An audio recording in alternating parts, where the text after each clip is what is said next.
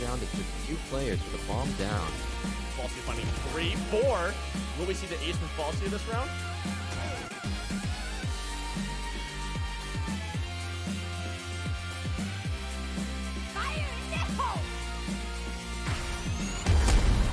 Welcome to the VU Gaming Club's collegiate Valorant podcast, Showstopper, presented by Corsair. I am your host, Gabriel Moncau, as always, and today joining me are 3 incredibly special guests, 2 of which are returning, so you will recognize their beautiful faces. To my right, first off, we have Dariy, B-team player, B-team carry, some might say at times. Immortal player now, I think maybe the highest rank out of any of us in any of the teams, so definitely knows his way around, and was a previous guest, I think, 2 episodes ago, something like that. Next to him, we have Jason as well. I think you were on the same episode as Dariy, right, Jason? I was. Yeah, so you guys will remember him from that episode too. 18 player, notoriously likes to play duelists, but pretends that he likes to play sentinels instead. And has has dabbled in other things like Omen here and there, I think. And then next to him, we have a fresh face, Phooby, joining us. Both A and B team player at different points in time, and now on the show. For finally, we've managed to get you on. How's everybody doing? Dariy, Doing first, great, go. Gabe. I'm doing good. How are you? I'm doing good. Jason, best day of your life? Yeah, man, just living it up. I know we're approaching like exam season and all that, so I don't imagine everybody's too excited, but thank you for taking the time to join us as well. All of you, especially Phooby, for the first time. And this one should be pretty fun because we have a bit of a different episode for everybody today.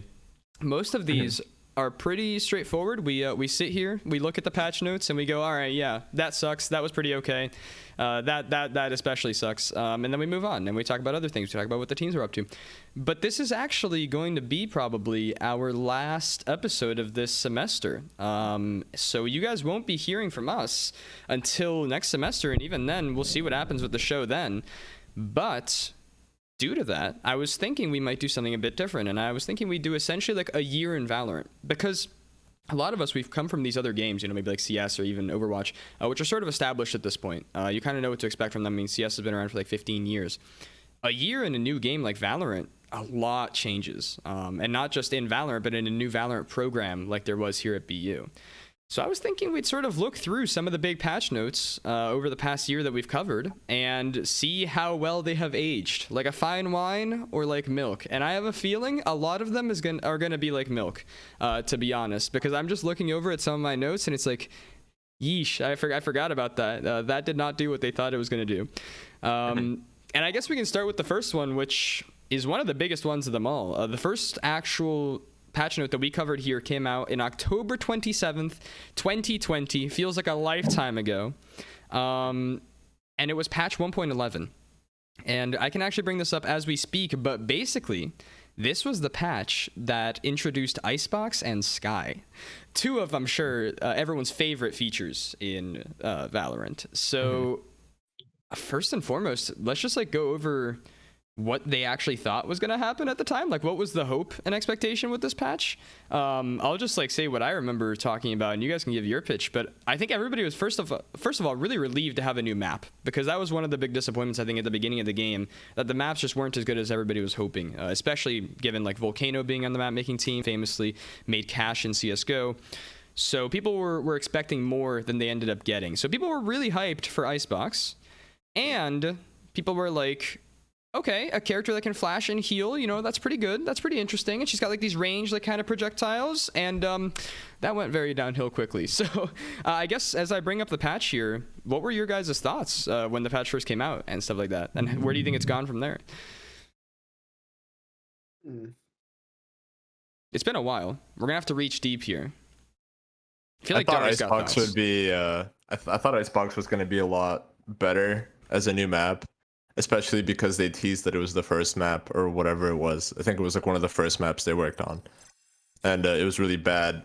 So much so that they had to remake it shortly afterwards. And I guess in terms of Sky, I don't see anybody playing her very often, and if I do, it's on Haven. So she might be the only character that is less played than like Brimstone or something in terms of flashes. I think you're probably right. And as we sort of like look through these patch notes, I mean, I'll keep this brief so everybody else can give their thoughts too. But like, wow, looking back at this, like the addition of Icebox and Sky, like, and It says there was there- the economy changes too. econ. Yeah, I that totally econ forgot about change was that. huge. Yeah. Do you want to talk about that for a bit? I guess, Dariy. I don't remember truly what they changed on econ. I remember the meta used to Okay, be let's kind find of lose a round and then you're actually able to buy. So it would be a gun round, pistol round, and a gun round second round for both teams, and then it would go into full guns or a bonus. Basically, it punished you for saving without planting, Right. and losing. What was it? So I think this is pretty much just like, it's sort of what we already had in CS, which is like if you're on attack side and you survive, you don't get the credits. Mm-hmm. You don't get as much money because people were generating too much value, I think. Yeah. Yeah. Meanwhile, the defenders still do, right?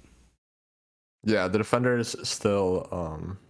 Yeah, they still get it even if they save after the spike gets detonated. So yeah. Yeah. Yeah, sort of like what we have in CS. That was pretty big too, I think. For sure.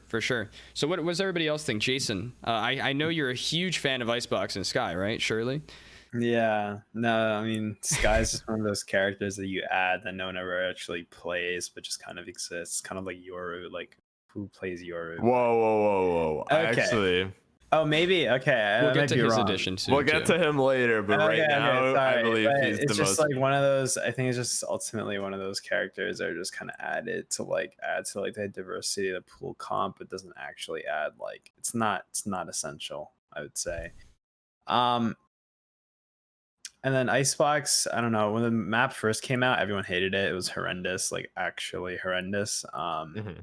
And even with this the is old remake, Icebox. even when they updated it, it's just as horrendous. I mean, maybe certain things were a little bit better, but it wasn't really, I wouldn't. I'm not really a big fan of the maps. I mean, you just look at split and bind and stuff like that, and it's and then I think the one map Ascent's I actually good. like, yeah, it's probably Ascent, and then Maybe Bind. Ascent and Haven. Haven's not bad as well. I don't mind it, but it's still kind of, yeah.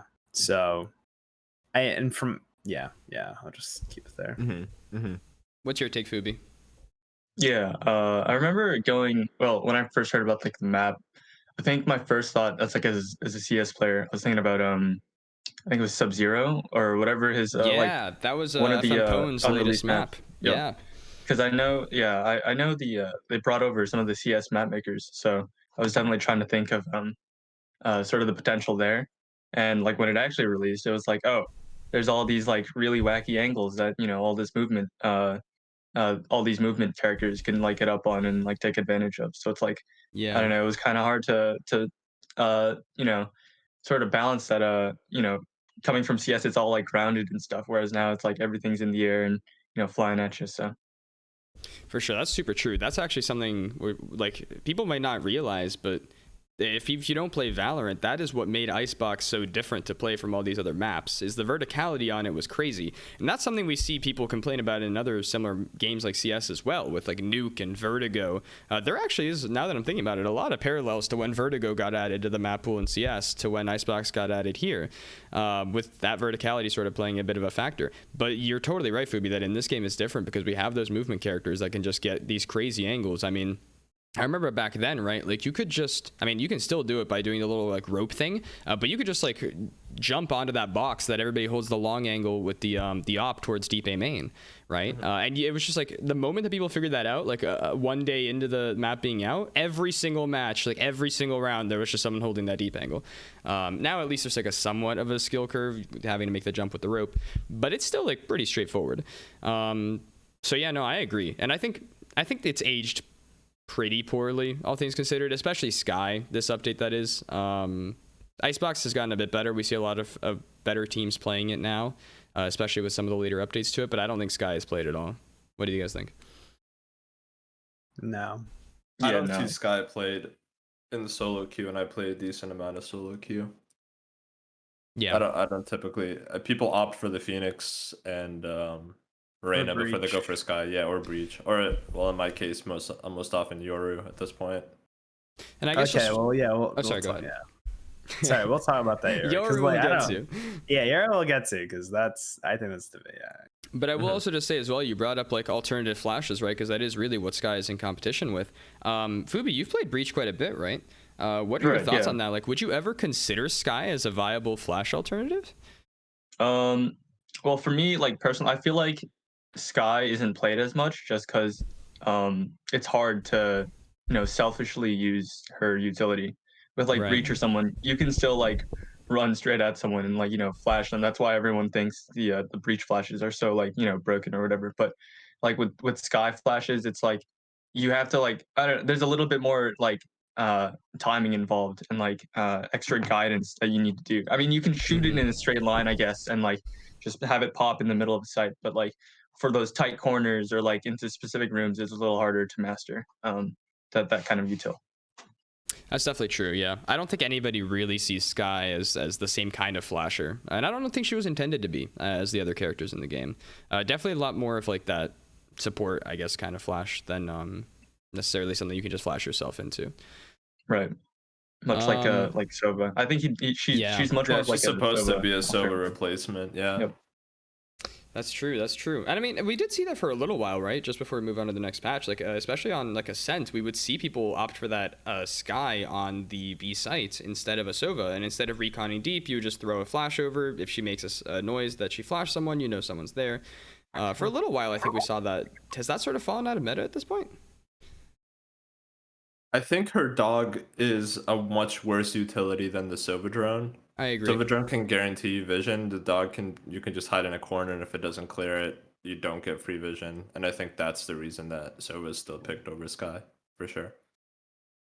Definitely true. Now we'll move on to the next patch. We'll skip over 1.14 because it was the Icebox tweaks, which we have kind of covered. That came through on January 12th. No, not true at all. On December 8th. So over a month after this, actually. Did we really have to play on a terrible Icebox for over a month? Oh my god, the dark ages. But then, I don't think it was competitively viable for that. Or it wasn't in the competitive rotation. Well, it says here enters competitive queue.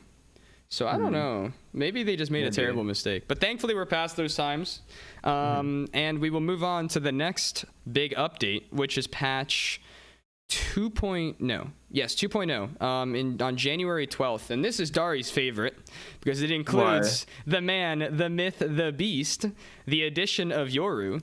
As well as some crucial changes, actually, that we're still talking about, not necessarily the repercussions of, but how it could be furthered, which was the nerf to Omen and the sort of buff to Brimstone, where they made Brimstone's util a bit cheaper and a bit more useful. I think they increased the range at which you can throw it, and they made the Omen smokes take way longer to travel, and they increased the cost on his flash, substantially so. I believe that was all this update. I think they nerfed the classic too, but the classic still busted, so it almost changed nothing. So yeah, basically I think the goal of this update in terms of the changes to Omen and Brimstone was like, oh wait, literally everyone plays an Omen on every map on both sides. Even in pro play at lower ranks, everyone was playing an Omen on their teams. We need to give the other smokes a shot. And the idea with Yoru, I guess, was the selfish flash character, but also like more of a lurk role, like essentially like a dedicated like a lurk agent who was also like a self-sustained flasher. I guess think like Phoenix but wacky. And yeah, wacky he is. And I think, if I remember correctly at the time, a lot of people were really convinced he was going to be absolutely busted. And it didn't really work out that way at the start. And we've seen some changes to make him more viable since then. So I'll let you take it, Dariy, since Yoru is your favorite agent, apparently. I mean, it's not. Yoru until, and we're going to get to this patch later. This point in time, Yoru is awful, unplayable. Yeah. His flash takes too long to pop. His teleport has too big of a radius. His footsteps are too obvious. So I think at this point, Yoru's bad. And I think that these adjustments to Omen and Brimstone, I don't know, was Brimstone nerfed in this? I'm pretty sure they buffed him by decreasing the price. He got like and the 18-second smokes or whatever. Oh, okay. Quick cast, cost reduced. Oh yeah. So this is actually, I think, the best balance change I've seen to both of the controller agents. Like Brimstone and Omen are at a good place in the game right now. I think they serve their purpose and they have outplay potential. Like Brim is good on Split, and Omen's good on Ascent. Like they have the maps that they're good at. So I think this is a good change for Omen and Brimstone. But Yoru, I think at this point is weak. It's not until much later in the patch rollouts where we actually get a Yoru that's just crushing solo queue consistently, which is what I've been faced with lately. Yeah, and lately is a bit after this, as you've stated. But I guess the bigger question then is, since we'll get to Yoru later, we're saying, you know, everybody thought he was going to be busted. Turns out he was actually trash. The question then is, do we think they succeeded with this patch in evening the gap between Omen and Brimstone? Because even if we look in like pro play, for example, which I know is different than, you know, casual play and solo queue, but in pro play at the very least, which is what we have actual stats for, Omen is still picked way more than Brim, as far as I can tell. So do we think that they sort of succeeded? Do we like where you said, Dariy, that you think they both serve their purposes? I tend to somewhat agree, but I definitely still think that Omen is the more picked agent for a reason. So would we like to see them further balance the smokes, or do we think they sort of accomplished that here? Well, I think the reason that Omen's more selected for competitive is because of his ability to play in a constructed way. For example, due to the fact that his Omen smokes regen every 35 seconds, you can plan out later pushes in the game based off of timings. So like you're able to, in a coordinated manner, take a site based on when the cooldowns of the Omen smokes come up. It gives you potential to fake sites, whereas Brimstone smokes don't really do that. Like Brimstone smokes are typically used for just an all-out execute, Right. or maybe sometimes like post plant. What It's do you very guys think? hard to. Oh, sorry. No, go ahead, Dariy. Please finish. It's very hard to smoke a heaven on Brimstone and have the whole team go C site. I think that's like a really good example of why Omen's good. Yeah, I agree. I also think his flash, if you put the flash in the right place, the right time, it's so crucial to taking a site. The only thing I will say about Brim is that he has incredible post plant potential, but I mean, I feel like at that point I don't know. A lot of things just have to go your way. If you're playing at post plant, it's usually like 1v1, 1v2, 1v3, and you just don't know what could go wrong with something like that. So yeah, I think Omen is just I don't even know how or when this happened, but in beta, Omen smokes were so bad, and all of a sudden, it just became so good like when the game started, and then like Brim smokes start to fell off. I'm not sure. It makes sense for like every 35 seconds the regen for Omen, but like even lurking in the smokes became bad for Brim, which everybody was abusing that in beta in my opinion, but yeah. So Yeah, I don't know. I think the other thing too is we're looking at all these patches, but those weren't, as you're saying, like that definitely wasn't the only change that was happening in Valorant. There was also like continuous meta shifts just as people found new ways to play people. And I think that as they sort of changed how they play around smokes and stuff like that, got either more willing to sit in them or got more willing to push them and stuff like that. We did see their roles in the game change a lot. I guess the other interesting thing just to point out while we're here as well is just for an agent that has what a lot of people think is one of the best ults in the game in Brimstones, and for an agent who, in my opinion, and I have played Omen far more than any other agent, has one of the worst ults in the game in Omens, because I just think it's really circumstantial. Yeah, I sort of feel like it's kind of crazy then that we still see Omen picked so much. Do you guys agree with that the ults sort of go in Brim's favor? I think an Omen ult on like a unsuspecting team is really powerful, but okay. No, yeah, I've yet to see kind of. I don't know. It's really difficult to use Omen's ult to outplay. I feel like at a certain point, if you're playing like high rank, it's like I don't know. I think it's really good for like mid round like site shift. Maybe you can get a plan, play off of that, but using it like aggressively or attacking, like it's kind of, in my opinion, it's not like I think Brim's ult for sure is just way more useful for post plant than Omen's ult is, personally speaking. What do you think? I would Phooby? agree with that.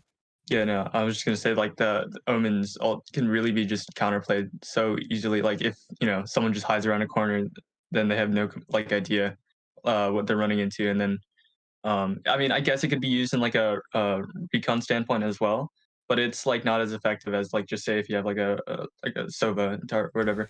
It sort of feels like But a glorified recon, doesn't it? right, yeah, yeah, because it's just such a gamble at that point whether you can actually like pull anything off with the Omen ult. But with Brim ult, it's a lot more. It's not like completely guaranteed, but like you have a lot more chance of succeeded. Like if you want to get people off like zoning for zoning, Hmm. you don't like have to kill anybody. You can just if you want to use it for zoning, then you get your job done with the ult, and then combo it with a few whatever like a sage slows or whatever. Then you've got a really effective ult right there.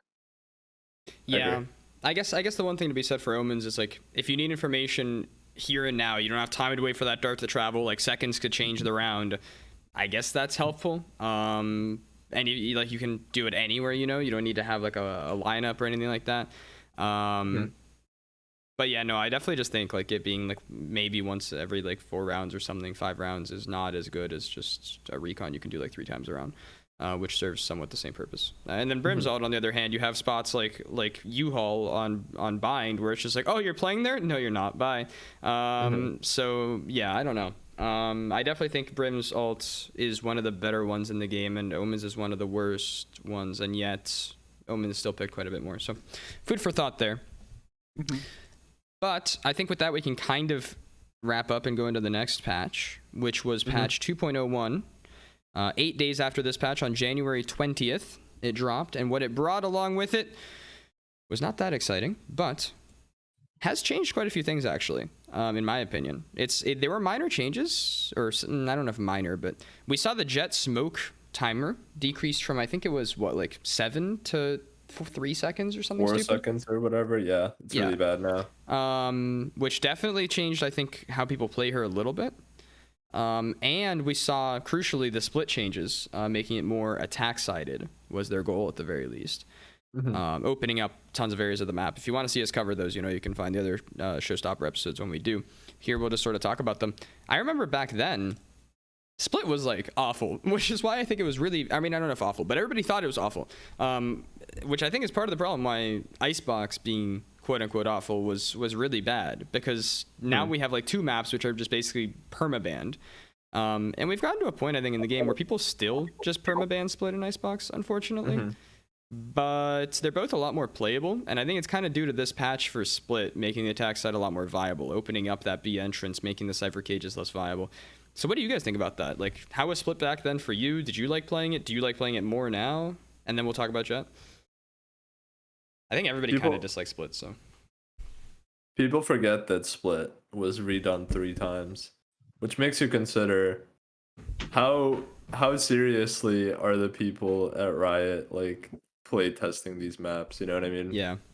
Like there was an ult orb in mid at one point, dude. Like in the bottom of mid was an ult orb that like teams just fought over for no reason. It made no that's like something Call of Duty would make. Like, ooh, oh my god, I can't even remember. It's supposed to be a tactical shooter, not like an arcade shooter, which is why the original split made no sense. This split's okay. Is this the one where they made it so that Cypher is not just impossible to take beyond? Yeah, I think so. Okay, yeah, so that's a good change, because then now it's like maybe 50-50 instead of like you go into split second half like down 3-9 just only and one then you site. just win There's the only game. one site, yeah. Literally. I think this is a good change. Match history, they like that they did. This is more of like a quality of life patch than anything else. Yeah, that's what I mean. Like, it kind of flies under the radar. History.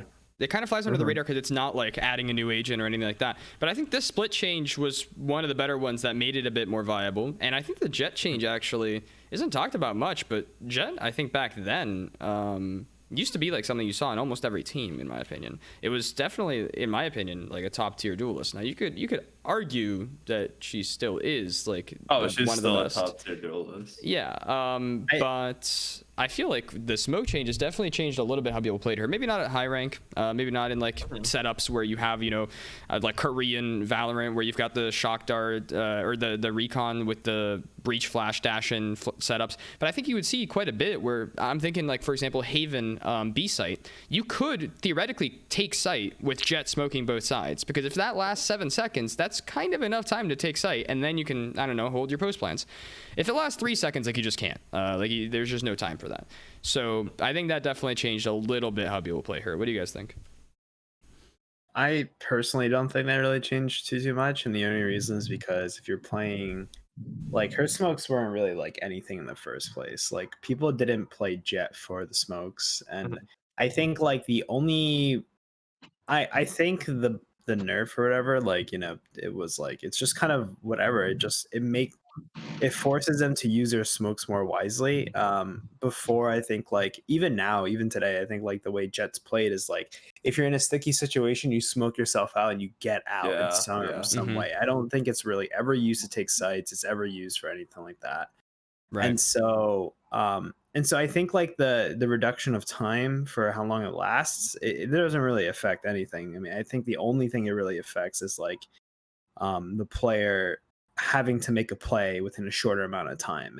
But other than that, I really don't think like, yeah, like, I mean, I really don't think like it changed too much of like how she's played. I think like maybe there's a bit more stress on making a play, but like other than that, there's nothing, I don't think.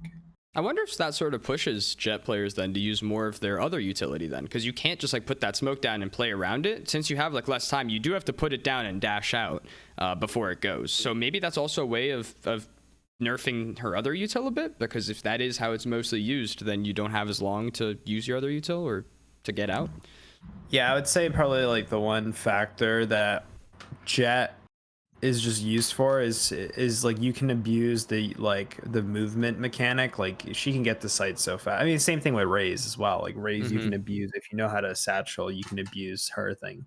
But for Jett in particular as well, like getting out of a sticky situation, like with no setup, you just flick and dash, and you know that's pretty like I think that's what she's primarily used for, and not anything else. So I guess like you can nerf her other abilities, but like at that point, I think Jett would fall for sure. Yeah. I don't think any of us really play Jett, as far as I'm aware, so there might not be that much more we can tap into this. But do we have any other thoughts on this patch note, or should we move on to the next one? Good patch. Nice that Good you patch? can finally see match history. I'd say so. That took way too long. Yeah, that was pretty big. Yeah. Yeah, it does. A lot of these things, we're sort of looking back. It's like, oh yeah, we didn't have some of these things back then, did we? Yeah, seems like an obvious feature you would put out at launch. But the next one, kind of minor. We kind of don't have to talk about it much, but I'll bring it up anyway because it was sort of a highly requested, I guess, thing, which was patch 2.02, bringing along the rifle movement accuracy changes, as well as the changes to queuing as a diamond, high diamond, and I think immortal player they also did in this one. Okay. I'm going to say it. I don't like the guns in Valorant. I don't like the gunplay in Valorant. I don't think that this changed anything. I mean, it might have helped a bit with like the actual movement and accuracy, but I still feel like I just get swung by movement swung by characters that I shouldn't. Like, I still feel like I get killed while people are flying or on ropes. I mean, the ropes I know are kind of intentional. You have more accuracy than in other games, but I don't like it. What do you guys think?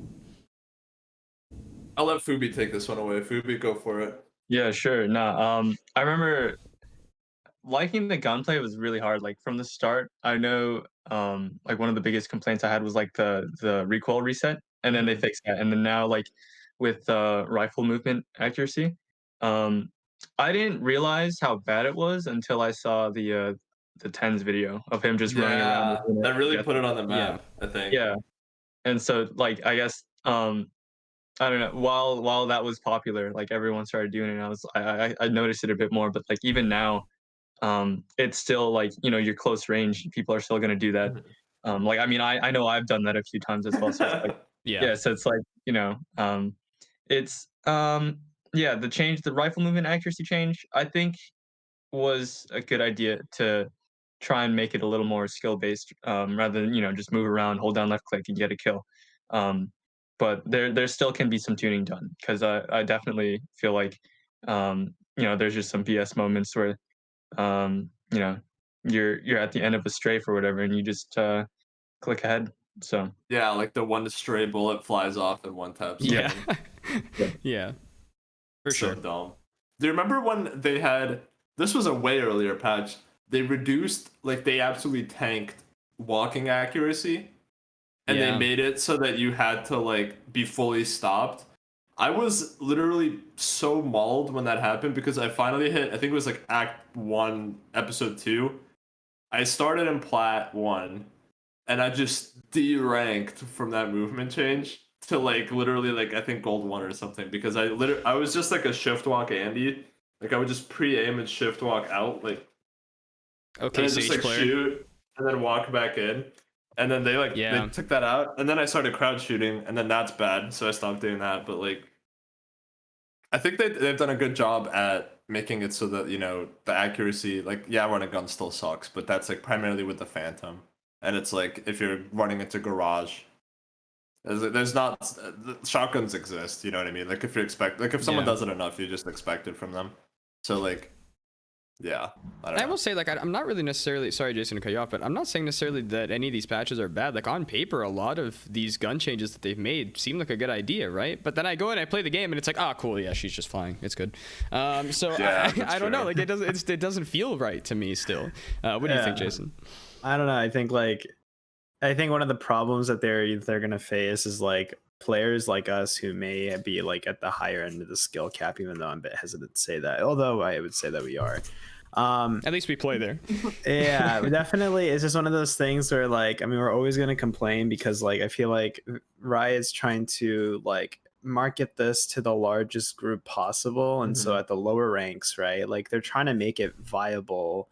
Even util usage is pretty easy, although there are like high skill caps for certain characters. Like it's just they're trying to cater to everyone, and not everyone's very good at shooters, and so it's kind of like how do you balance that out where like the top players, they can abuse the mechanic because they're so good at the game, or but then you need people who actually like who may need that kind of thing. So I don't know, it's just terrible all the way around. Because personally, when I if it's like second round, I have a Spectre, I don't stop moving. Oh, of course. I literally of course actually not. don't. There's no point. There's no point. And that should not. I don't think, in my opinion, that should be rewarded. Like that's. Well, so, just like, that's not a ridiculous. terrible idea on paper because, well, I say CS. Like, I compare it to CS. There are guns in CS that are made for you to play like that. I'm thinking like the MP9, the MAC-10. Those are the cheapest guns in the game. The thing is, yeah, the thing is, yeah, I mean, well, the P90 is a bit different. But with those guns, like, I almost feel like maybe it's because of like the scale of the map. Like maybe there's like more long range encounters in CS than there are here. There's less ways to like get out of combat in CS, but you don't find yourself like, if you know you're going up against like MAC-10s and like an eco buy, I feel like it's really hard for those MAC-10s to close the gap that they need to win the fights against like the M4. It's a lot easier to play those long range angles with those rifles than I feel like it is here. I'm thinking like, let's take Icebox for an example, right? If they like throw smokes up onto A site, how do you, and they have like Spectres, how do you keep fighting long range angles with your rifles against like a force buy? You just can't. You either give up the site and then you have to play a post plant against their close range angles, or you have to like push smokes. I really don't know what you can do. I almost feel like that's down to map design. CS did a good job actually. Looking back at that, that makes sense. Like, yeah, you could run and gun with a few guns in CS, but the map layout and everything, like, it nerfed it. Yeah, I'm about to get this name Thunder that you just had. Okay, yeah, and the window's open, so that's probably not good. But But anyway, close that window. yeah. So anyway, but yeah, that's probably yeah. Like the thing with it's forever going to be an issue with Valorant because the maps are just way too close. Like, they're way pull too up close. references for this. Keep Not talking. only are the maps way too close, but additionally, I literally The forgot. requirement for the lower level players, you're saying, right? Yeah. It's Like just, it offline has to be there TV as well. needs to be able to play this game so that And also casual additionally, like Gabe said, like I've like this game is very special in the sense where like you may think you're going to be holding an angle, but when an enemy team executes a sight, you're not holding that angle. Like I really don't know what to tell you. And so I think this game is special in the sense that it makes, like, depending on how well it executes perform, the defending team you just have to like change like so quickly. Like it's just Yeah. Oh, we're looking at old Icebox here. Yeah, I just want to quickly like compare this. I mean, yeah, I know this isn't like the most up-to-date Icebox, but I want to compare that to like, for example, Overpass A-Site in CS. Like you look at like... Holy crap, dude. I don't even know what I'm looking at. So I don't know. It's A-Site, but it's also Spawn, isn't it? Isn't this also a This is place where CT Spawn. characters Yeah. spawn? Yeah, but if you compare like... Can I make it so you can see my mouse so that I can like point at things? Hold on. Window What is capture, this, like, capture How cursor. crazy is it? Imagine if Valorant had a map where you spawn and then you're automatically defending the place you spawn in. Well, so yeah, it's kind of crazy, but it like kind of works. So like, just to compare this, like this is the kind of fight you're taking in CS. You're taking a fight from like site, like here, to either deep long A, which is all the way over there, or all the way here. Maybe they can throw a smoke like this that we see, and then they walk through it, and now they're close. But even then, you can take a fight from like truck. That's a fight you're always going to win with a rifle over like a Mac-10. Then you compare that, like any of these long-range fights here, dumpster, bank, like they had to use 3 smokes to even get this close, and look at how far of a fight that is. You compare that to like Icebox, like, oh my god, there's so many close angles here. You throw a smoke like here, and one on the other side of like Gen, and now suddenly you're like at the site. And any of these angles, the one long fight that I can see is maybe from like spawn all the way to like back site, but that's just like a smoke right there, and then it's gone. Like it would be like here, and you don't even need to fight that, or a wall. Maybe. Enemy teams aren't gonna peek that. Like, or the attacking team, why would you peek that? Like, exactly. It's just kind of like, yeah, I don't know. So every one of these long angles I see, like maybe this one blocked off by a smoke, like never exists. When you're actually near the site, every angle is close, and so many sites in Valorant are like that. I feel like, even in CS, they're not. Yeah. So, well, like look at this for example. I think this is one thing that CS has an advantage on over Valorant. I mean, I'm sure there's many advantages, but like just looking at this map, like you can hold. You see the little box, triple box in the middle, and you see how out of the showers, you see the bathrooms or whatever. You can play the right side of that and just hold bathrooms. That's the most common angle. If you switch to Ascent right now. Ascent. Okay, hold on. Or no, Icebox. Sorry, Icebox. Yeah, that other Icebox picture. Say you're playing back left here, and you're holding the longest angle possible, which is directly across. There's about 4 places with no audio that they can peek you from, and you have to constantly be ready to flick to any of those places. Yeah. What I'm saying is like angle isolation in Valorant is awful. Like Incredibly you have to play to be prepared to like adjust angles to like 7 different places at once, and this is like. Not even considering the fact that the movement on some of the characters is so insane that they could just blast past those angles, and you have to adjust to them on the fly. So like tracking, you have to have like Overwatch tier tracking to play this game that's supposed to be like precise shooting mechanics. Yeah. I don't know. And then you combine that with the fact that like there's so many little corners and stuff too that like it just becomes such a mess. I feel like because you have to be able to flick to anything, and they can like be in corners and. I don't know, like it just looks so. This just makes so much more sense to me. It's like entrance there, entrance there, entrance here. All of them are long angles, and then on site there's like basically 3 angles: truck, dumpster, and bank, and maybe like this headshot angle site. But once you're like pushing long, like this angle doesn't exist anymore. So it's very straightforward. It's like 3 angles here, 3 angles here, and then you fight in the middle. It doesn't exist here. It's like a quadrillion angles everywhere. Yeah, so I agree. Maybe it's good, but maybe it's bad. It's definitely just plays differently. Yeah. Riot's in a unique position to create a game that's actually probably never been created before. And so I think it's they're probably getting a lot of complaints from both ends of the aisle of like people coming from like games like Overwatch and CS. I've never tried to combine these factors together, and now it is, and it's just like. I don't know. Unique good players will adapt to it. I'm just not, so. Yeah. Like, you know what I mean? Like, I refuse to adapt to it. Like, no, it's not happening. I will play it like CS. Yeah.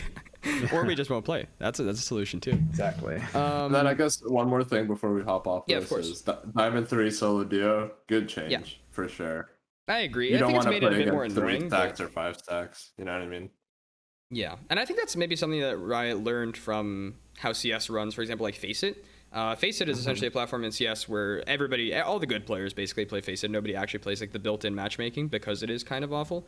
But one of the biggest problems on Face It is you'll have like a level 10, which is the highest level you can get, and he queues with like 3 level 3s and then just hard carries and just grinds his elo up. So I think maybe Riot looked at like, okay, even the platforms that are meant to fix the problems that Valve messed up in CS still have their own problems. How can we try to fix all of those? I think that was kind of what this was targeted at, and I think it does a fairly good job of it. It is a little annoying because on the one hand, like yeah, to be fair, a lot of the people that we play with are at these ranks. The average player would not be. So we find ourselves in situations where we need to get smurfs or we need to like get alt accounts just to be able to even practice with our teams to a certain extent, which really sucks. But that's obviously not the general player's experience. So I think overall it's a pretty decent change. And I'm sure they're adding flex queue, or it's in the works. You know, like League of Legends has flex queue where you can queue 3 to 5, or you can. They have Clash.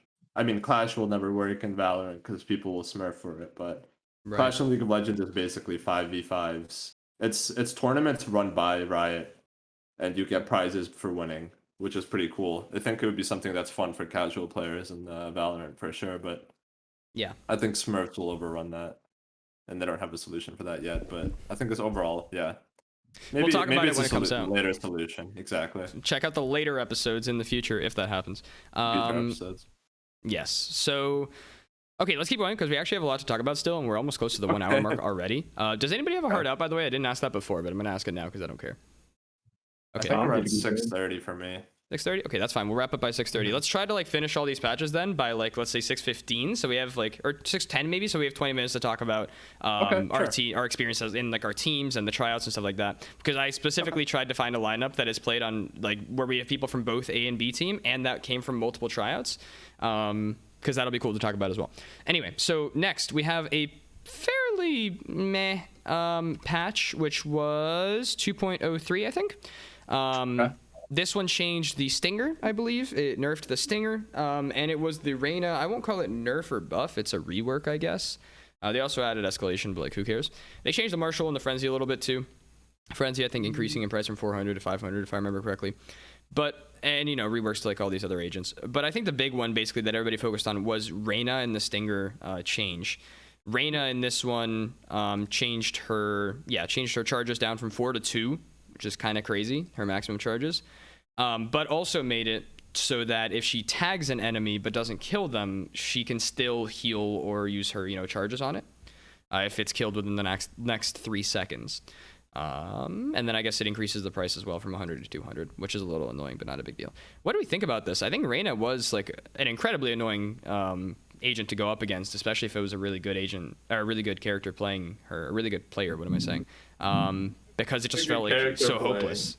Dude, everybody's just one thing: character, agent, player. I'm used to CS where that is the case, but it really does. I think it was really hard to play against a good Reyna before because it would just feel hopeless at times. Like they would just swing and kill you, and now they're back at full health. You can't even say like refrag because they can't. Yeah. So what do you guys think? Did this change anything? Phooby? I think that let's see. What I remember is that what I thought this was changing. Oh no. Oh no. The thunderstorm got to him. No way, he actually got taken down. He's gone. That is hilarious. Okay. Well, we'll see if he can reconnect later. But in the time being, Jason, thoughts? This is when they increased the price. God bless, because I think like pistol meta was like the most. Phooby's back. Yes. Back. Yes. Okay. Pistol God meta, bless. yeah. All right. I don't know what that means, yeah. Pistol meta. Oh wait, you want to go from Phooby? Or you want to go from? I think finish what you're saying, Jason, and then we'll go back to Phooby. Okay, so really quickly, I think this was the meta patch where it was armor and frenzy, and I think like players, I think that was possible. You can get armor and a frenzy, and it was just continued to abuse the moving mechanic. So it was just like, I remember like I stopped playing the game for a bit, and I came back, and then and I'm dead. I'm like, okay, all right, cool. Like, and then it's just like it's followed with 4 other like players moving so fast. Like, okay, whatever. All right, whatever, cool. And so I think that's it. I think for Reyna, it just makes her more of a support kind of. Not support, I guess, but it like reduces her frag potential, and then it also increases like there's something in it for her to like get an assist, I guess. I don't know if that makes sense, but yeah. I don't think it makes her more of a support character, but I think like was a slight nerf in my opinion.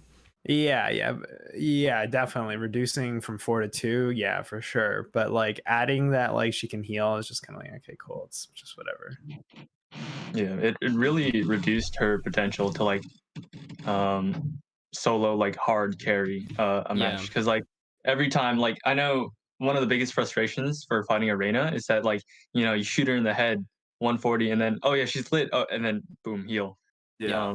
So Means yeah, nothing. reducing that number definitely helps with being able to trade a teammate. So I mean it's still possible for her to just pop off. But yeah, it definitely it feels a little more fair just to go up against Arena, even if they're like super high leveled or whatever. I agree. And I guess we'll just quickly talk about the other changes. And I'm going to scroll all the way back up so that Dariy can tell us about his favorite agent. Is this the one that made him viable, Dariy? At this point, was he just OP now? Not visible. Blah blah blah. No, this one was just hot fixes. People didn't really Basically. know. Yeah. Yeah. Also this that. I want to be contrarian and say the Reina change was a buff, but Okay, say it. the Reina change was an absolute buff. There's just Okay. no way to look at it otherwise. Think about the post plant of Reina. Okay, Reina's ult is now disgusting. People don't talk about this enough. Yeah. If you're jiggle peeking someone and your teammate kills them, you heal to full health even if you don't see the enemy. You Yep. get the orb health just by being an ult. So it's like you can entry into a site, tag one like what I'm thinking in my head right now is ascent a site, you blind in, you go to door, you like tag a dude green box, whatever, your teammates flood behind you, they kill them, and you're an ult, you're just over healing the whole time. Yep. It's just so strong. I mean, the two orbs, like if you're a bad Reina player, they're a nerf. If you're a good Reina player, you're still killing two people for free, healing up to full, and then it's 1v3 potentially. Or Yeah, I 1v2. guess the way that I look at it is like the charge reduction sort of nerfs most Reinas in most rounds, but only by a very tiny amount. But the sort of buff to like being able to heal off of the last 3 second shot, that means that when you are in your ult, if you play as like a second in kind of role instead of an entry where you're just letting somebody run in, tag, and then you sort of refrag or something like that, it is just like kind of absurd. Like you can't just like wipe an entire team by just letting someone else run in first and you just refrag and heal. They run in first, you refrag and heal. There's almost no multi-frag potential for the enemy team. It's very hard. Yeah. But yeah, that being put aside, I think they just hotfixed Yoru in this patch, and Yoru's only strong really recently. So yeah. All right, well let's keep going then because we've got 4 more I think to get through. We're gonna probably skip one of them because it's kind of boring. But up next we do have patch 2.04, which was the patch where, what does it say here? They added Astra, I think. Oh. They did. Yeah, and they changed some things to competitive matchmaking and the queuing and all that, and those very annoying tactical voiceovers.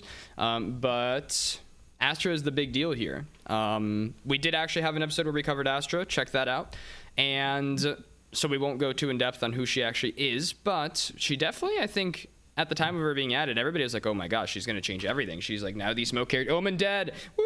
The Omen reign is over. But it hasn't quite gone that way, especially at lower ranks. We're still kind of waiting to see Astra become that primary smoker. I think at higher ranks in pro play, she's taken more of a foothold. But I don't think she's become like the definite smoke character that everybody thought that she was going to be. What do you guys think? Jason, thoughts? Yeah, I don't know. It's like you said, like she was super hyped. I was like, okay, like she's better than Brim, she's better than whatever. I was like, it's gonna be dope. And then she just was not used. Like it's so weird. Yeah, I don't know. She's just not really like used too often. Although I have faced against very annoying Astros that like have determined the course of whether or not you were going to win the round. Like actually. But that like that, I feel like that's very kind of like, I think at this point, like there are like certain meta characters, and then there are characters that are kind of like not really used, but if used by the proper person, it's like unbeatable. You know what I mean? Like they're just cracked. So I think that kind of is this might be the same case with Astra at the moment, but I have not seen her at all. Like, I mean, it's rare. Like you see her, but then and then what and then so you might see Astra cut like I think I might see Astra a few times, but then like whether or not she's effective, like usually when if I'm playing against Astra, it's like I don't really run into too many problems. So yeah. Phooby. Yeah, with Astra, I don't know. I think with the what was it? I don't remember, whatever the like most recent like tournaments were. Yeah, We've been seeing a lot of VCTs. Astra playing. Yep. Yeah, Yeah. So, I was gonna talk um, about that too. it's really interesting because like we see her there a lot, but like when it comes to regular just matchmaking, she's almost non like not seen at all. And that's I guess that's just because like I don't know, people have her unlocked, but they're still trying to figure her out because it's really hard to tell. Like for me, like I know I'm trying to learn Astra and stuff, but like it's really hard to tell like how effective you're being, just because like you Yeah. can't really see that util unless it's like a smoke. But like yeah, you're like usually in the back line just setting it all up rather than like um like with Brim and stuff, you're like right there in the front line. Like you can You're just in the action. yep, after you drop those smokes, you can just run in and shoot someone. Whereas like with Astra, you have to be a lot more careful just because you're in that astral form and it takes a little more time to throw all that stuff down. So For sure. yeah, it'll take time for Astra to like phase into the meta, but I definitely think she's gonna be really present as one of the controllers in the game. I agree. I think I think she's not a pug character. You're not gonna Yeah. play her in solo queue because Mhm. like you need coordination with your team, and like half the time my team loses like one round, and then they're like typing all chat GG. So like there's definitely not like the optimal positions for you to play Astra. I think I saw you saw I don't know if you guys saw the Reddit clip Vision Strikers how they use Astra in their they're the team that went like they won like 103 maps and only lost one map. And how they play Astra and just like the way they balance it with like Sova and Jet. It's just really strong. They just use it as an alternate for Breach, and I think they're really good. But I feel like Riot, when they designed this character, they had kind of pro play in mind. I think so. To some extent, yeah, I think to some extent they wanted to see pro play be more exciting instead of just Omen throws smoke and then they like use util on site. Like she can put stuff around the map, make it a little bit more interesting. It's like a more spectatable. It gives something for casters to talk about during the pre-round setup, and I think that's valuable. Yep, and some of her more recent changes, which we'll get to in a second as well, have made her a bit better. I think the latest update, actually, which we haven't covered in a previous episode, we'll talk about very briefly here, did change that. But I think we should keep going because we do have a couple more updates to get through. So when it comes to the next one, I think we will just skip that because patch 2.05 basically just changed some competitive penalties and some things like that. I mean, I'll show it briefly here, but it was basically just like penalties for chat-based offenses and com-restricted players, stuff like that. I think we can all agree these are pretty much good changes. Yeah, good changes for sure. Yeah, but definitely not game-changing. 2.06, however, did change some things. First and foremost, the death of my beloved Bucky.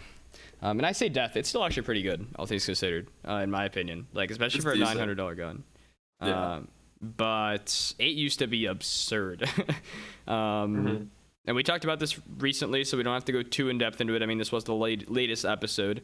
This, as well as, I believe, the Viper changes, right? And the Yoru changes that you were waiting for. Yes. Finally. So I guess, yeah, without getting too in-depth into it, I think we should focus more on the Yoru changes and everything else because we did just cover all of these changes and they are sort of recent, so we've yet to see the real impact of most of these. But can we all just kind of agree that the Bucky change probably had to happen? Does anybody disagree with that? It was an absurd $900 gun. I mean... Yeah. Okay, cool. So then when it comes to Viper... We'll just quickly look over them. They changed quite a bit. They hinted, actually, if we go all the way back, I think it was it this patch? Where they said, like, Viper is also on our radar of characters to change. Yeah, Yeah, here it we was the go. patch All the way before back in that. 2.0, which was, I can tell you when this was, January 12th. Back in January, they said that she's underperforming and they're looking at changes for her in the new year. Well, those changes finally came, and what they were was actually kind of destructive, kind of pretty good. Which is that her decay is just a lot more effective now, especially with her smoke. You walk into it, you take immediately like 50 decay damage or something like that. She can pick up her smoke cloud, which is pretty good. Yeah, it's very strong. And some other changes here and there, like timing things, the decay timer and stuff like that. But overall, like very good, I'd say. Like she's definitely more competitive now, and I still think it's the kind of character where inherently, because of the way that the util works, we're not going to see her as much as Omen or Brim, because they are just kind of point and click characters. Viper takes a bit more thought. You need lineups, you need to know how to use her, so we're not going to see her in lower level play as much. But in higher level play, I think a good Viper is now better than a good Omen or a good Brim, typically, like by a substantial margin, I'd say. Yeah, that makes sense. Do you guys sort of agree? Phooby, what are your thoughts? Yeah, no. I think I don't know if it's too strong, like with the instant 50 that gets knocked off, but I think it's very like she's very effective now. Like people are gonna really think twice about like moving through those like snake bites or the walls. And so yeah, I think it's really this update really helped to solidify like her position as like a controller, like in controlling where people are gonna move and that kind of stuff. Um Yeah. yeah, it really encourages. I think the only thing I don't like is how much it encourages the use of like just like those silly snake bite lineups. Yeah, Like since they're a lot more Post plant. viable for like post that's plants and that true. kind Yeah, that's Yeah. annoying. For sure. Okay, then let's just jump as well into the Yoru changes, and I'll just let Dariy take the lead here. Because is this the one then that made your boy Yeah, the best this is player in the too- world? Too strong, man. Too strong. These, you don't understand. There more Look- here? Oh, there were. Look at the flash. Scroll up a little bit. Look Yeah, at the there is. flash activation time. 0.6 seconds. That is really This good. is literally impossible to look away from. I played 2 solo queue games today, or 3 solo queue games today. 2 of which there was a Yoru in the game top fragging, simply because they made the radius of the teleport smaller, and he could just throw it in a place where no one could hear it or see it, and then he would flash and insta TP. And with the timing now, you're blinded for longer, so you don't see where he teleports, and then he can just insta kill you because he has the flash advantage, and he Wow, can also that is throw actually a flash. absurd. So Yeah, with it's this, insane. so with this being almost halved, like the gate crash, which Yeah. is the teleport like range, he can just throw it without it being seen. Then he can Yeah. flash, and you can't dodge it because the activation time is decreased. It's faster than And then breach like, flash. and then you're also blind forever. Yeah, it's faster That's than breach crazy. flash. What's the And breach flash duration? Does anybody I know? think it's like point. like I think it, 2, I think. yeah. 1.2? Or I meant not the activation time, like the flash duration itself. Yeah, the duration's close to like something like 2. Oh, close to 2. Yeah. Okay. But it's, Yeah, okay, you so can, not quite you can there look yet. away from it because you have the. It's like this. You see it and then it pops. This one is Yeah. like. And he also needs to be close kind of ish to throw it. Like Yeah. he's not Yoru, you can just like lob it across the map like you're playing basketball. Yeah, and I think his ult is much better now. It's in a way better place because you want it. Your natural instinct from previous patches is to chase the Yoru because he used to be not able to teleport in Yeah. his ult, and now he can teleport in his ult. So you'll chase him to an unfavorable position, and then the enemy will Ooh. just refrag you. Yeah, you can bait people into chasing you. That's pretty good. Yeah. Which Okay. is what's happened several times earlier today. So like really good, really smart players will abuse this, and I think it will get nerfed or tuned a little bit in the next upcoming patches. But like, he used to feel like not a duelist before Yeah. this, and I feel like now he's definitely way stronger as a duelist. So do you think that like Yoru is sort of the stock to invest in right now? Like people don't actually know how good he is yet? Yeah, people don't understand Yoru, man. It's like Yoru on Ascent, dude. He sends the thing hell through A main, and even if there's like 4 people on site, he double flash TPs. You're blinded for 4 seconds or 3 seconds or whatever. Yeah, It's these over. people aren't woke enough. Dariy here, bro. Dariy here has the I'm telling inside you this. scoop. The big brain Dariy is you do that like 2 rounds. Sleeping. Dude, you do that 2 rounds in a row, Dariy, Wake and then you up. do it again, but instead of TPing, you just run at them, and they're all staring at hell now. Exactly. Yeah, I mean, it makes sense. It's all just But, mind games. yeah, it makes sense. I don't think it like. I still think like Euro is rarely played because maybe they're just unaware of the patch notes, but yeah, I rarely see Euro in upper I queue. think people sleep on this because they're like, wow, Viper good now. I'll play Viper. Yeah. Well, Viper is just. I knew Viper was gonna be good. She just had to be nerfed because like her util used properly, insane, but it just wasn't enough. And now like there are many times I recall just being vipered, like they're set up for an attack, and I can't peek any angle without being punished. This is like they made Viper noob friendly, and then Yeah. realize how bad Yeah. it is eventually. Yeah. I will just say like 2 quick things though before we go off from this. You guys bring up great points. The first just being that like I feel like there are some similarities between Yoru and Viper in as much as both of them compared to the other characters in their sort of utility range, like the smoke support characters or like the duelists. These are like the big brain characters, the ones who you need to know the lineups, you need to know how to play them. They're not just point and click or like a Reyna where you run around and heal. So that definitely is going to attract more of like the pro play rather than it is like the casual play or the matchmaking play. So that's always going to be the case, I think, for these 2 characters. Another thing, too, is a quick parallel just to a situation we had in CS for a while, which was where, like, the AUG was really good for many, many years, and nobody ever used it until what Valve did was they just decreased the price of the AUG by, like, I don't know, like $600 or whatever, and they didn't buff the gun at all. They just decreased the price, and then everyone was using it. We would see like 5 AUG setups on CT side all the time, and then they raised the price to exactly where it was before, and people kept using it because now they knew that the AUG was good. So they like established the meta, and then they just reverted their change, and the actual like cultural meta had changed because people realized the AUG is actually good, and people still use it to this day, just not as much as right after that wave, but definitely way more than before. So that's almost kind of a situation that we might end up seeing maybe with I don't know, either Yoru or Viper or something like that, where like the character is good now, people just don't know it yet. So who knows? Maybe he'll be buffed again because no one is using him, and then everyone will be using him, and then he'll just get nerfed back to this, and he'll be like, he'll be good, but people won't know it as much. Hopefully. Anyway. Hopefully he gets Yes, let's go on to our last patch note that we have, which we haven't covered on here before. We are kind of at the 6-10 minute mark, so let's just try to quickly run through this, which was the latest 2.07 patch note on April 13th. This one didn't have that many interesting things, I don't think. It was basically just some changes to Astra and Raze. The big thing, I think, being that Astra's utility can now pull diffusing players off of the spike. Yeah. And they stop diffusing. I haven't seen how this actually plays because I haven't been playing very much Valorant since this patch came out, but it seems to me like if you manage to take a site cleanly with an Astra on your team who still has most of her abilities, most of her util up, can she just like know exactly where to place the thing and they can't break it, and she can just easily delay like, I don't know, 10 seconds off the spike like that? Or can they get it to half before they get pulled? Like, it seems kind of gimmicky. This was a bug, and they were like, oh, actually it's not a bug, it's a feature. And then they were like, you can actually do this now, because they took it out initially. They were like, you shouldn't, this is too busted. Except no one actually knows. Look, the likelihood of Astra having 2 stars to double delay plant is like so low, and it's like you have to place it correctly. You have to know the amount of game sense you have to know when they fake and when they're actually sticking it to make the utility efficient is as Astra, like I can't even begin to think of a scenario where that actually plays out in your favor.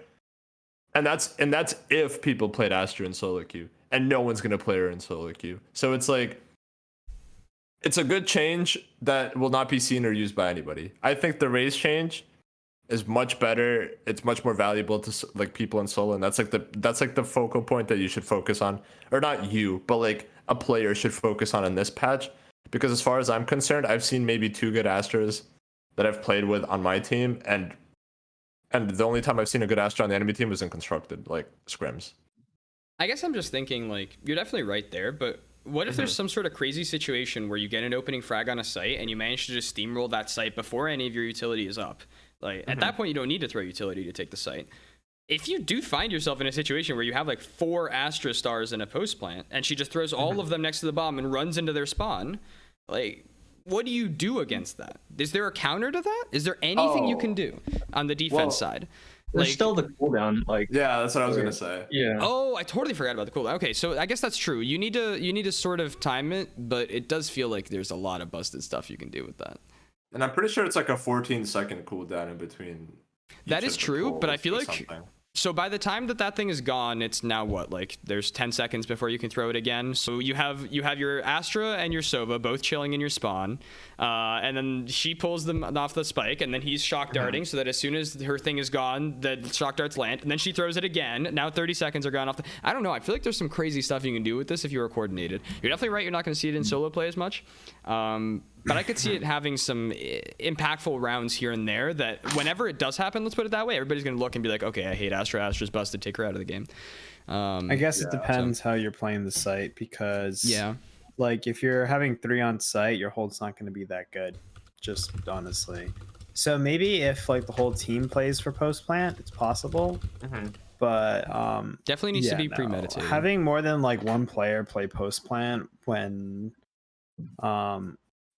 What they have when you're trying to have site retake control, or when you're trying to something, have exactly, when you're trying to prevent retake, like that's just not gonna happen, I don't think.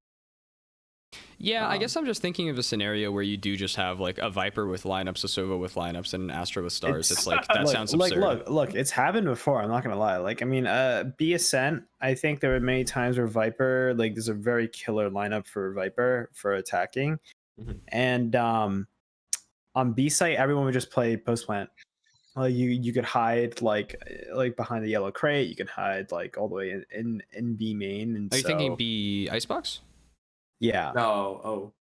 Yeah. B on Icebox behind the yellow crate. Like Yeah. Once you put Viper's wall up, and then it's just post plant from there. Like you don't have to hold site. So that's what I mean. Like if you have an Astra and a Viper, you could feasibly take B Icebox without using Astra util, and then just have Astra util for post. It's true. And Viper util for post. Now you're gonna have a Sova obviously because it's Icebox. Now you have Icebox. Now you have Sova util for post. Throw in what else? You want some raise nades? Throw in a raise nade in there. But when you but I guess what the main point there is like how often that would be, and that's like very rare. Like I don't think that's gonna happen too often. Like the map's gonna have to be perfect. Yeah, no, it's not like those scenarios that happen are is gonna be like big brain, like big plays. Like they're not gonna be like an everyday occurrence for sure. Okay, well, we're kind of running over our time to talk about all this stuff, so let me go back. This has been way longer in terms of staying on the content screen than we've ever done before on Showstopper. Let's go back and talk about things that no longer need to be shown because they are in our brains, and thus we are the only ones that can discuss them, which is our experiences on these teams, which definitely has been a big part of the past year, at least for us and for Showstopper and for most of the people that watch this show. So I guess my question is, like, just looking back, since we only really have like 15 minutes to discuss this, let's start with the first tryout. I think pretty much everybody here except for Dariy came from the first tryout. This was way back in October. I was just a wee lad joining the BU Gaming Club. Quantum was starting up his first Valorant team, also a wee lad, of course. And I just remember, I mean, all I remember from that first tryout was just, Jason, you were nuts, bro. And like it was you, and I feel like there was some other guy that was nuts too, but he ended up not being a BU player, so he couldn't be on the team. I vaguely remember his name. It started with like an F or something. That was my buddy. Yeah, no. That's true. I brought in a few dudes from Wentworth to play. Just because was open. Yeah, but that was I think it was, I don't know, I don't remember what his username was at that fan point. Maybe something like that. Yeah, Sick Fan. Yeah. No, but that was crazy. I just remember, like, Jason, you went off. Is that what happened? I don't recall any at this point, but I think you were just really good. And the only reason I ended up being on the team was because I played like I remember we played like three maps, 3 matches, I guess. And there were like 2 lobbies, right? Because we had that many people. We had like enough for 2 full lobbies.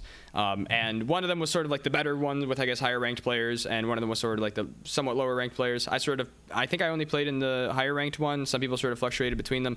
I just remember I played against you, I think, for 3 matches, and you just destroyed me all 3 matches except for the last one, Jason, where I picked a duelist, and I just ran up every single round, like smashing W, and I got like 25 kills, and that's the only reason I'm on the team.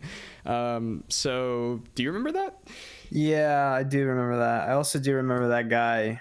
that your He was a friend. Cypher player, right? Yeah. Your was friend, yeah, Cypher. he was pretty good. I think we had Falsha on our team as well. For, like, Oh yeah, some- Falsia was It was- busted it was too. like a- Yeah, Falsia was also Yeah. like Falsia was definitely really good as well. I remember there was some memorable players and stuff, but yeah, at that point he's just kind of like just getting kills and fragging. It's not really about his teamwork, so I guess yeah, in that sense it was just like whatever. Yeah, that was it. Yeah. Yeah, so I think so. I mean, the three of us ended up on the A team off of that. Phooby, Jason, and I, and we were followed up by Ebe, in-game name Stain, and who was our fifth? Oh my God, how am I forgetting our fifth? Falsia, obviously. Yeah, Brian Falsia.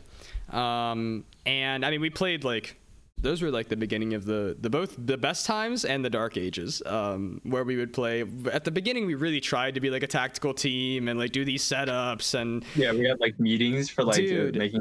I Like yeah. marking the map and stuff. Yeah. Those were the times, and then we just sort of realized, wait, we can't kill anyone. It's just Falsia and occasionally Jason.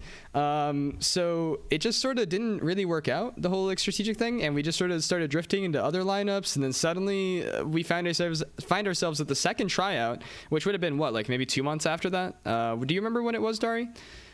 I think it was like late November. Oh, so not even. Yeah, so like a month, maybe a month and a half after that. And from that, we got some other high-tier players. I mean, there was Daniil, there was Optimum, Dariy, and BFK, Bobber. So can you tell us like what it was like playing in that then, Dariy? It was a lot of just Daniil. Like the tryouts were just like whoever had Daniil would be like just like winning. And then we had a good one where actually Jason went off. Yeah. I remember Jason was the GOAT in one of them. I think it was 3 matches we played. And that was the one I remember. But it was fun. It was like too amped for me because it was like my first time trying to play on a team, and my rank was like pretty crap. I think it was like Plat 2 at the time. No disrespect to anyone who's Plat 2, but like that is what it is. No, say it. No. Say it. Say it, Dariy. You basically said it. I mean, everyone. No, basically picked it up, and no. just It's said it. fine. Listen, we can all agree that there are some cracked people in like lower ranks too. So like even though we don't want to be at those ranks, we can agree that like ranks aren't necessarily indicative of skill in a game like this. Yeah, they're not indicative of Especially skill. Valorant rank. No, Dude, like it's rough. seen No. some. Speaking of which, by the pretty- way, Missile Missile. I mean, you guys can speak a bit about that, maybe Dariy, because you've been on the B team for longer. But Missile is still like fairly low ranked, but absolutely cracked, right? And he's been the carry. Yeah. He came from the first tryout, right? I think so. Because he was there before you, But, Dariy, right? But I don't think he opt. I don't think he was opt. Oh, yeah. Because I don't remember if we ever actually played the B team, Jason, before the second tryout. So I don't remember playing as Missile back then, or how the B team No. played. No, we didn't. Yeah. play against them. But anyway, so the lineup sort of changes. Those 4 players come on board. Things start shifting around, and we compete in these 3 leagues. So let's just give like a quick rundown of what we thought competing in these leagues. Both teams played in CSL. Neither did particularly well, but the B team made playoffs. We barely did not, coming out in 4th in our Northeast Conference. There was also then both teams played in a secondary league of sorts. The B team played in CEA, meanwhile the A team played in NACCS, the Face It League. And then at the very end, both of us competed in the Red Bull Campus Clutch. So let's just quickly run through like the main leagues: CSL, CEA, NACCS. Dariy first. Thoughts on them? Go. CSL, we got skamazed. Scheduling issue. We don't play second match winners bracket. We're relegated to losers bracket. We lose by like 2 rounds in the second, and like quarters of losers. Cringe. That's fine. CEA, we're top 4 of the top 8 of whatever. We're supposed to make playoffs. Last second, CEA changes the rule. Oh, sorry, our bracket's scuffed. We're actually going to do it by round differential. We don't make playoffs. So I don't want to hear anything. Tournament organizers suck. And that's the only excuse that I have for B team's performance, because we were actually pretty goated all throughout For sure. the season. Your thoughts, Jason? I don't really like remember like lineups for sure, but all I do remember is that like in the beginning, before DNL, it was just bad. And then the era of DNL came upon us, and then we actually, I think we did pretty It was good. bad, but in a different way. yeah, it was bad in a different way. Like it's not, yeah. And now, yeah, and then it just became like, yeah, I don't know. We're like clearing corners with people. Like I'm so confused. We got utility and Four yeah. duelist setups. Oh, trade me. we got utility, bro. We can clear the corner. Just give me Cap, a we stack. don't have like, utility when there's 4 duelists. yeah, Cap. so that's it. That became like big meta for a very long time. Yeah, trade me. Why aren't you there? Trade me. It was ridiculous. And then yeah, no, I think we did pretty good. I think we were just all inconsistent as players generally. I think if we were more consistent and we stayed at our peaks, oh man, I think we could have gone far. Yeah. But we just weren't. So skill def, I guess, honestly, that's what it came down to a lot of. So. And I actually want to ask you something slightly different, Phooby. I would have given you time to answer this properly, but we're kind of running out of time. So what I wanted to say to you is you kind of got to see both ends of the aisle because you played on the A team for a bit, you played on the B team for a bit, you sort of subbed for both. It's kind of different because I don't think you got to play with the Daniil Optimum lineup with us on the A team. Not very much, at least. Yeah, I got a few games in. Yeah, not as much as before. But sort of, I guess, just instead of talking about the league, since we sort of covered them, what were your thoughts like playing on both teams? Like, what was the difference for you? Did you like role wise or IGL wise, communication wise? What did you think of both those experiences? Since you've seen both sides. Yeah, I think like both teams were really good, but like I think at the end of the day, it just came down to like fundamental like skill, like aim, like mechanical skill rather than like because comms and IGL was like I think both teams were fine, but yeah, I think when it was just like the beginning of the year though, like when I like was hopping onto A team, I think it was just like a little too early when it came to like deciding where I would be. So like because then like a few months later I would be cycled out by Daniil and Optimum, and so yeah, I mean I think it was for the better. Like it was definitely for the better though that like A team got their like stronger players. But yeah, B team still has like I mean I've only like played for I think it was only like Campus Clutch that I got to play with the B team, but I think like moving forward I think both teams are going to be really strong. For sure. And I guess for the last 5 minutes, let's end off with that. Our most recent tournament and debatably the most impactful. If I remember, I'll put a link like, I don't know, up there somewhere or down below somewhere to the video of the Campus Clutch. It's on the VU Gaming channel, so if you're watching the VOD later, you can just click down there and see it on YouTube. But basically, the Red Bull Campus Clutch was sort of a worldwide competition that we were all participating in, and it started with a regional tournament here at BU. So we got to host a tournament just for BU teams. 6 teams were there, and the most important thing was we got to play on LAN to a certain extent at the Balance Patch Arena. And that was really, really fun for me. So I guess let's just also go around one more time and both give me your thoughts on Campus Clutch and then give me like your summary of like the year and this experience in the gaming club. Dariy first. Okay. Campus Clutch, really fun. Really good competition from surprising parts of B that I didn't expect. Much love to the B team. The boys, it's been a real grind this season. There was surprisingly a low amount of tilt. There was a few days where I was very tilted with the way we played, but I think that through the whole year there was a lot of crazy pop-offs in games where we weren't supposed to win. Like our first matchup against Hofstra, I think, was heavily favored against them in CEA, and we ended up beating them both maps. So that was fun. I think B team has got a lot of good players, a lot of undiscovered talent, if you will, and in terms of just the club being a lot of fun, I think it's my first time like playing very competitively in a video game like Counter-Strike, like Valorant, and yeah, it was a lot of fun. Jason? Come on, it was fun. Don't lie. You're capping. No, it was fun. Okay. Campus Clutch, really fun, really nice. Meeting all the players in person, dope, really dope. I will say though, like it was fun. Don't get me wrong, but like it was just one of those things in which I feel like the stars didn't align. We definitely had the key players. We just were never on we were never aiming good in certain days, and then I think personally we took our losses very bad.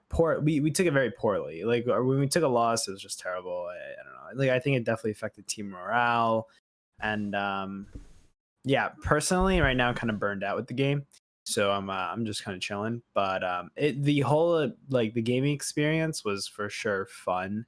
It felt nice to be a part of something, but then on the other end, when you're just playing that many games and just getting destroyed that many games, it definitely wears you down, right? For sure. Like and it's not even like as a team, it's just as an individual player, like man, it gets tiring after a while. Like I can't go on an 8 losing streak unlike certain people I know, but it's just it's still a fun game. It's a great game. So, but yeah, that's just personally my 2 cents.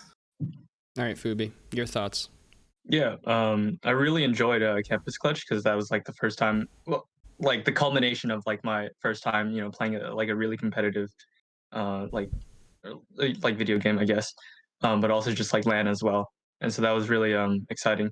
And before Campus Clutch, like honestly, I was in a similar position as Jason, where like I was starting to feel burnt out from like Valorant, just like because of like performance wise, I wasn't doing the best. But like after after Campus Clutch, like I don't know, even though like I still wasn't doing like the absolute best or where I wanted to be, um I kind of just like it kind of I don't know, for me it re-sparked this like passion to get at least a little better. And so that's sort of like the whole takeaway that I've had from the whole year, just like uh of how much like I want to improve at the game.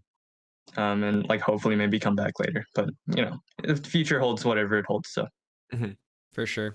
And we have hit the 6:30 mark. I know people have to go, but I want to get one final thing because we couldn't finish this episode looking back without it, which is any shout outs and more importantly, like hopes or expectations for the next year so that we can do this again next year and look back and see how wrong we were. So Dariy, quickly go. Shout out to, I guess, anyone who's ever hopped in the chat during any of the B team games and has either hyped us up. The B team has a mega fan crowd. Like you guys are loved. Has either hyped us up or left a nice comment. You guys are the best. Shout out to friends too. Yeah. Yep. Shout out to Pystrom. Shout out to Missile. Shout out to Donut. Shout out to, oh my god, I'm missing someone. Of course, it's BFK Bobber. Shout out to the boys. Shout out to Optimum for hopping our scrims. Phooby for hopping in Campus Clutch. Jason for being on this show with me right now. Gabriel for hosting the show. It's a lot of shout outs. Those are my shout outs. Shout out to this water I'm drinking. Glass. I will also just say shout out to Quantum because like he's done a lot of stuff behind the scenes. Quantum, Joe Quan, president of the gaming club, scheduling scrims for us, stuff that like, I mean, he's president, he's doing lots of other stuff, but he still took the time to build this program up. So if you're watching this, Joe, we appreciate you. Definitely wouldn't have been the same without him. Jason, go ahead quickly. Yeah, I mean, well, shout outs to you. I mean, you did a lot of stuff in terms of production value as well, and IGLing on the team was very good. So shout outs to that. Thank you. Shout out to like Optimum and Brian, really trying to pick up like a more diverse role at the end of they were just playing characters that the team needed. So shout out. And then shout out to Daniil for like carrying. I know, like it's like 4 nuts in his back and just like lugging the team. We need to buy him some Advil or something. Good stuff. And shout out to like future players. Shout out to the B team as well. Shout out to obviously everyone. But shout out to future players. Hopefully we get really good.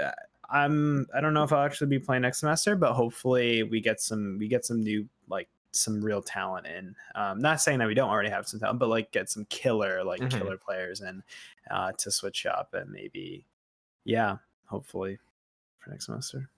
Phooby? Agreed. Yeah. Shout out to Quan for just being a really good organizer. You, Gabe, for just putting so much time and effort into the team in a game sense, and also in like the Showstopper podcast. Yeah, shout out to the A team for just being really good and like, not yelling at me whenever something went wrong. But yeah, and B team for just letting me chill when campus clutch came around. For sure. And I will say, like, to wrap everything up, if there's one thing that I can leave you as like my thoughts on all of this, because I know I don't get to give them as much because I'm hosting, but it is just that, like, if you have any interest in anything that we've said at all today, at least go to tryouts or message us. I'm sure any of us are willing to sit down with you and like talk about it and stuff like that, because for me at the very least, like, I love this stuff. I love competing. I love playing in a team. So if you have any interest in that at all, be there next semester when we do tryouts, because there will be tryouts, and everything that we've talked about, it's going to come back twicefold. There's going to be more leagues, there's going to be more action, there's going to probably be more LANs, and I can't speak for everybody, but at least for myself, even when we lose, it's some of the most fun I've had. Even when we're tilted, for me, it's been some of the most fun I've had. Jason disagrees, but Jason has high expectations. Yeah. I personality diff. I just can't take it. I could just lose over and over, I guess. I don't know. That's fair. Yeah. But I will say, like, when you do, you can agree with me on this. When you are winning and when you have those big matches, like, there is like a high that comes after it. That's pretty different. Like, it hits diff. So. Yeah, I mean, I remember Campus Clutch, like the B team booth. They went around. Oh, the booth experience. And I was like, oh my god, the whole room shaking on the other side. Like slamming on the walls and yelling, like standing up, like, let's go. I was like, what is happening? Like, that video explains way better than we can. Watch that video. Yeah, that was awesome though, for sure. So. Okay, and then I think with that, we will close out, I guess, this season of Showstopper. Thank you guys for taking the time and hopping on with me, especially like repeated guest Phooby for being here. Thank you everybody that has made this possible over all the previous episodes. I have had an amazing time, and I look forward to another great year of Valorant. But for now, this will be it for us. We will see you not 2 weeks from now, but a couple months from now. I have been Gabriel Moncau. This is BU Gaming Club's Collegiate Valorant Podcast Showstopper, brought to you by Corsair, and we are signing off for the semester. Have a good day, everybody.